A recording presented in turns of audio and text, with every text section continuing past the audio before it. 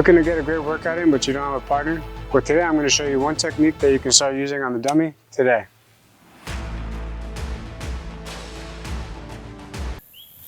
Hey, what's going on? It's Ethan Ramos. I'm a New Jersey State champ, Division I All-American, and member of the Puerto Rican World Team. And today I'm going to show you an under overthrow on the dummy. So when I'm thinking about this technique, the first thing that I want to think about is how in a match I want to get my opponent to push into me to create momentum before I go. Typically my opponent will start to pull their hips back and try to create space to avoid being thrown. When this happens, all you need to do is step in deep, get your lock tight, and load the opponent on your hips, possibly through a back pedal or through a nice deep squat and hard pop through your hips, and then you can still hit the throw. The second thing I want to think about is loading the dummy on my hips. If I want a clean throw either on the dummy or an opponent or my partner, then loading them on my hips is really important because that's where I get my power to be able to pop through and get the arc that I'm looking for when I'm trying to do the throw. The last thing I want to think about is keeping my lock through the throw so that I can secure the pin once I've thrown my opponent.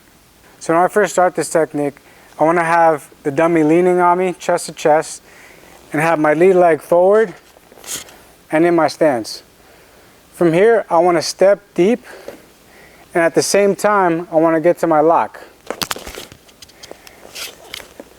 Now the lock is up to you on what you prefer, but I typically will work my lock from the fingertips. That's because when you're going in a live situation, your opponent's going to pull their hips back, and this is going to create space.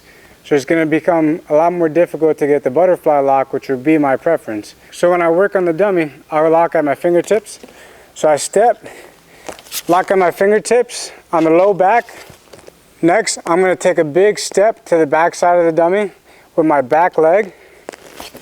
I'm going to glue my hips to the base of the dummy. From here, I'm going to cinch my elbow down to my hip so that I can trap the arm before I extend my hips and pop through.